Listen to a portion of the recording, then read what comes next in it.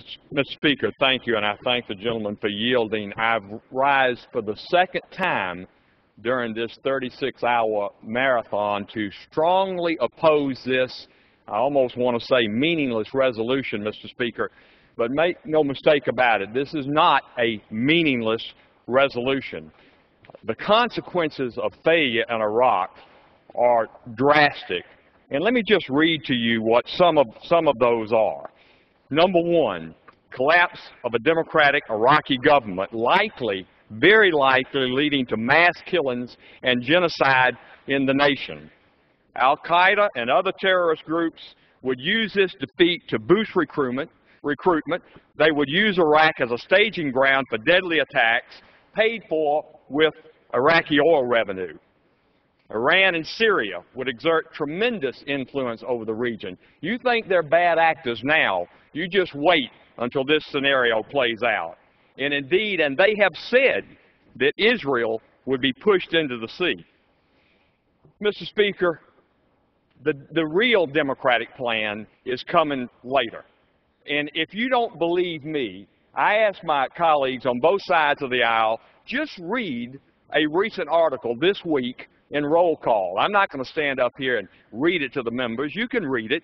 But the Progressive Caucus of the House Democratic Conference, the Out of Iraq Caucus of the House Democratic Conference, led by Ms. Woolsey and Ms. Waters, basically say that this is just the first step. They say that in this op-ed article. This resolution is not meaningless. It is a first step, my colleagues, toward cutting off funding for the troops and pulling the rug out from under them.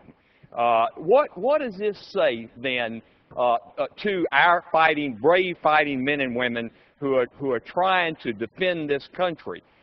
Over and over again from the other side that, look, we can't afford this war anymore. It's costing too much in lives and money. We are making too big a commitment there, and we need to bring our troops home because some other conflict may break out in this world. Well, I'll say, Mr. Speaker, to my colleagues, what's more important than the current war? What indeed are we going to save our troops for?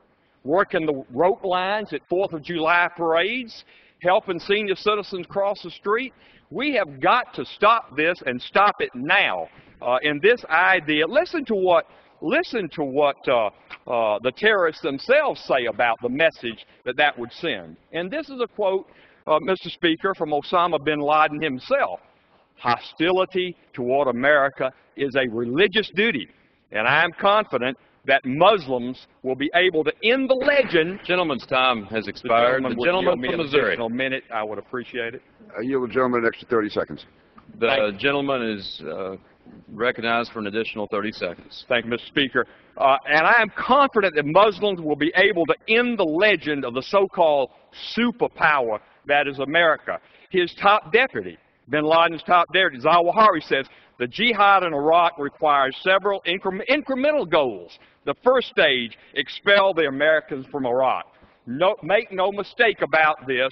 What we're doing with this resolution is not a salute to G.I. Joe. It's a capitulation to Jihadist Joe. And I yield back. Gentleman's time.